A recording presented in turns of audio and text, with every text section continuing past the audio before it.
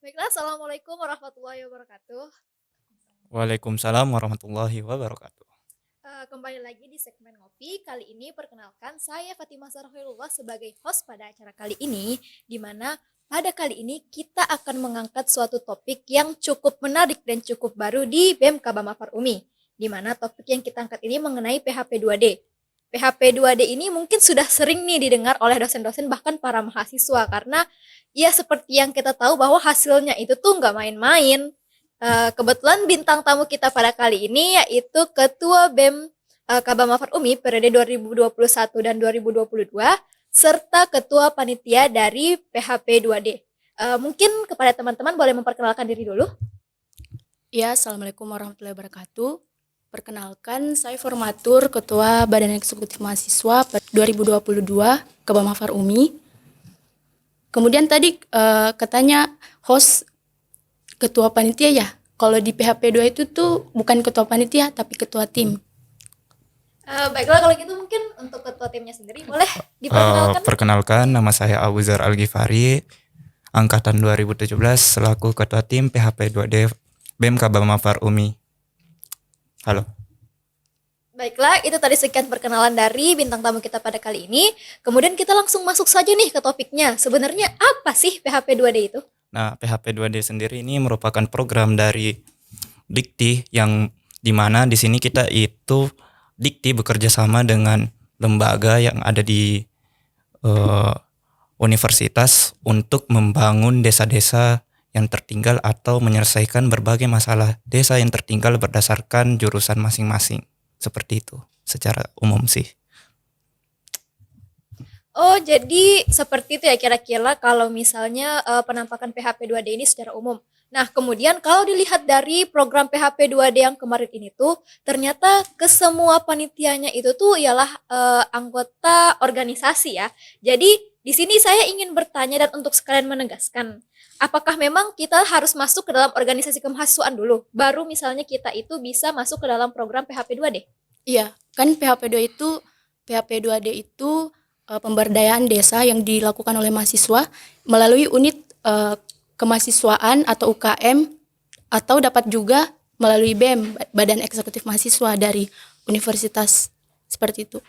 Oh, jadi sekarang sudah jelas ya teman-teman kalau misalnya untuk kita memasuki program PHP 2D ini kita harus terlebih dahulu menjadi anggota dari organisasi kemahasiswaan dari kampus ini sendiri. Kemudian setelah itu apa saja apa saja hal-hal yang dipersiapkan oleh BEM Kabama Farumi untuk PHP 2D ini? Nah, selain salah satunya itu syarat-syarat ini seperti dia telah memiliki SK surat keterangan dari BEM sendiri dia terdaftar sebagai anggota, kita juga harus melakukan survei lokasi dulu. Nah, setelah kita melakukan survei lokasi kan intinya survei lokasi di sini survei lokasi Desa Binaan Umi. Setelah itu kita lakukan lagi namanya komunikasi. Komunikasinya itu dengan dosen pembimbing terkait PHP 2D dan kepala desa masing-masing dari survei lokasi tersebut. Jadi untuk dari program PHP 2D ini ternyata ada beberapa tahapan ya teman-teman. Nah, dari beberapa tahapan itu bagaimana kira-kira pembagian tugas dari tiap anggota? Apakah misalnya kalian mengerjakannya secara bersama-sama atau dari setiap anggota itu mereka diberikan tugas masing-masing? Nah, dari setiap secara umum itu dibagi dua dulu. Ada namanya tim yang bekerja secara luring, ada juga yang bekerja secara daring. Nah, kalau tim yang bekerja secara daring sendiri, mereka itu yang bekerja seperti upload sosial media, bikin surat persuratan, surat konversi mata kuliah, semua berhubungan dengan desain poster, desain buku saku, semuanya itu tim yang bekerja secara daring. Kalau tim yang bekerja secara luring sendiri, mereka itu yang mengantar surat, mengantar disposisi, dan intinya semua yang berhubungan dengan pergi ke sana, pergi ke desa untuk survei, sama buka komunikasi, rapat-rapat sama bupati, gubernur, Pak Desa, Pak Camat, semuanya itu tim yang luring. Oh, jadi baiklah. Jadi sebenarnya dalam pembagian tugas di PHP 2D ini ternyata dibagi menjadi dua kelompok, di mana ada yang mengerjakan secara langsung dan juga secara tidak langsung, yaitu secara daring dan secara luring. Kira-kira sebenarnya pada pembagian tugas kali ini ada berapa orang yang termasuk secara daring dan ada berapa orang yang termasuk secara luring? Nah, kan 15 orang dalam satu tim. Dari 15 itu dibagi dua. Jadi ada 7, ada yang 6 kalau tidak salah. Nah, yang 7 ini dia bekerja secara daring, yang 6 ini dia bekerja secara luring. Karena kan kalau kan masih pandemi, otomatis kalau pandemi sendiri yang secara luring itu banyak keterbatasannya seperti itu. Jadi sudah jelas ya teman-teman mengenai pembagian tugas dari PHP 2D itu tersendiri. Nah, kemudian pertanyaan yang selanjutnya nih, kira-kira bagaimana sih penentuan lokasi atau bagaimana penentuan lokasi dari program PHP 2D ini? Karena setahu kami kan yang namanya untuk survei lokasi itu tuh tidak mudah. Jadi harus ada beberapa hal yang perlu dipertimbangkan. Jadi untuk dari program ini sendiri kira-kira apa yang menjadi pertimbangan dalam menentukan lokasi? Kalau masalah menentukan lokasi tuh dari pihak PHP 2D sendiri tuh bebas ya lokasinya. Tapi kita kan ada Universitas Muslim Indonesia tuh ada yang namanya desa binaan. Jadi kita mungkin fokusnya tuh pada desa binaan tersebut.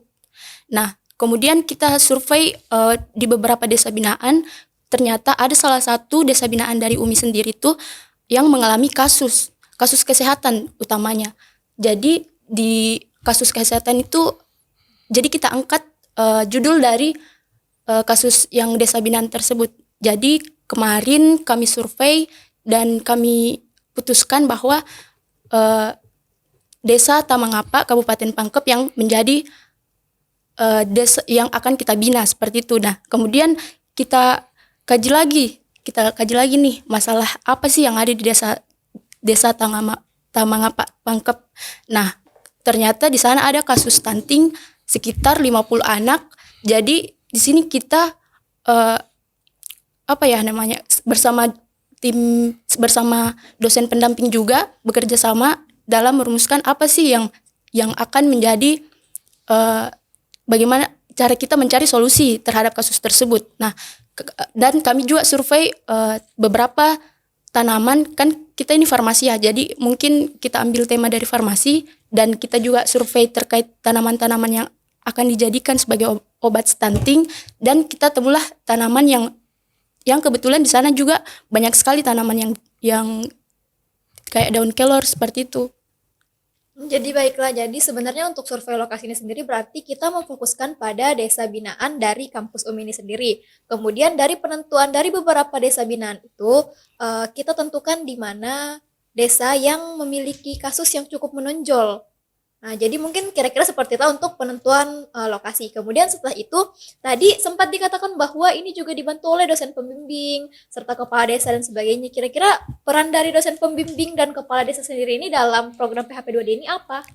Perannya dosen pembimbing sendiri ini, dia itu selalu mengevaluasi, selalu mengingatkan mengenai program-program kita, terus selalu juga membimbing ketika terjadi kesalahan, maka dia paling pertama yang menegur dan dia juga selalu membantu. Sedangkan kepala desa sendiri, dia itu paling berperan dalam membuka komunikasi kita dengan masyarakat, membuka komunikasi juga dengan Ibu PKK, karena Ibu PKK di sini dia sebagai mitranya kita, sama kepala desa sendiri juga dia yang memberikan fasilitas untuk berkomunikasi dan memberikan saran-saran apa-apa saja yang harus dipenuhi dalam melakukan berkegiatan seperti surat-surat dan lain-lain seperti itu.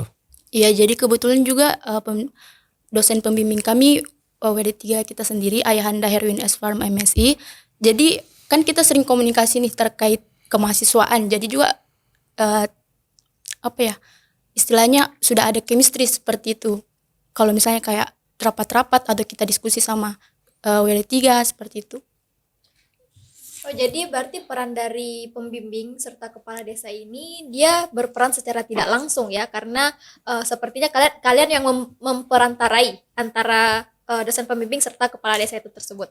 Nah, kemudian seperti yang tadi sempat dikatakan bahwa program PHP 2D ini kan dia berarti mengatasi masalah yang paling menonjol di daerah tersebut. Nah, kalau untuk PHP 2D BMK Bamafar Umi ini kira-kira apa yang mereka lakukan pada permasalahan yang terjadi di Desa Tamangapa, Kabupaten Pangkep itu? Nah, di bagian pelaksanaannya sendiri, kami ini membuat kan kami survei lokasi. Setelah survei itu kami mencari yang mana paling bermasalah di antara berbagai desa. Setelah kami dapatkan, oh ternyata oh ini yang paling bermasalah, terus kami berikan solusi, yaitu dengan cara pembuatan suplemen makanan dari daun kelor, karena kan di sana itu banyak sekali daun kelor. Di depan-depan pekarangan warga itu banyak juga daun kelor.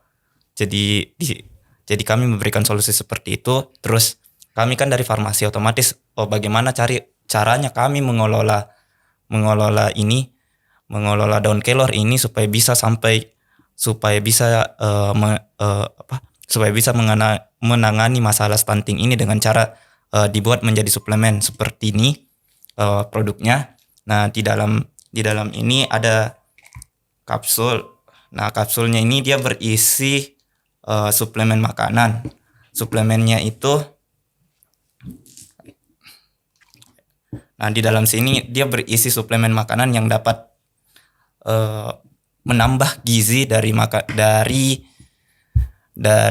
ini anak-anak yang ada di sana. Cara minumnya juga, cara pemberiannya itu kita buka dulu ini suplemennya, terus nanti kita taburi di makanan dari anak-anak tersebut. Baru kan kalau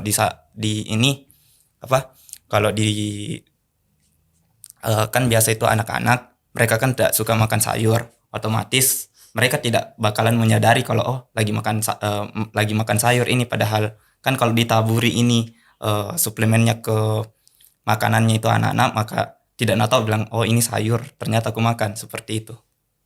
Jadi kurang lebih itu sebenarnya kalau misalnya dari program PHP 2D BMK Bamafar Umi ini sebenarnya mereka memperbaiki gizi dengan cara memberikan sayuran tapi dengan tidak cara pemberian biasa. Kurang lebih seperti itu ya. Nah, terus karena tadi permasalahannya itu masalah kesehatan, berarti berhubungan nih sama gizi, apalagi tadi sempat dikatakan stunting. Kira-kira apakah Anda tidak ada komunikasi dengan komunitas sadar gizi, atau mungkin bekerja sama, atau mungkin tidak ada komunitas yang pernah mensurvei ke daerah tersebut? Mengenai komunitas, kan kami membentuk komunitas sadar gizi. Komunitas sadar gizi ini dibuat oleh antara orang tua dari anak-anak yang mengalami stunting, ibu-ibu PKK, dan tim PHP 2D. Komunitas sadar gizi ini mereka itu yang mereka ini bertujuan untuk melawan kekurangan gizi di sana. Jadi selain memberikan suplemen seperti ini, kami juga memberikan beberapa makanan yang bergizi untuk menambah gizi bagi anak-anak stunting di sana. Jadi dibandingkan dengan menggunakan komunitas sadar gizi di luar, jadi BMK Bamafar Umi sendiri membentuk komunitas sadar gizi yang bertujuan untuk memperbaiki gizi dan kesehatan dari anak-anak stunting di desa tersebut.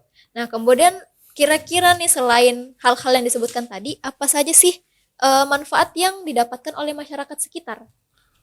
Manfaatnya mereka itu lebih tahu mengenai bahaya stunting itu apa, dan manfaat di desanya sendiri meningkatkan gizi, melawan gizi buruk, dan manfaatnya juga mereka dapat memanfaatkan ini untuk menambah gizi. Kan kalau misalkan gizinya bertambah, otomatis ukuran tubuhnya anak-anaknya juga bertambah. Mereka yang mau daftar contohnya di tentara atau apa, kan pasti dilihat bentuk tubuhnya gitu ya. Karena kan kalau misalkan anak stunting sendiri, mereka kan yang anak yang yang memiliki ukuran tubuh yang ukuran tinggi badan dan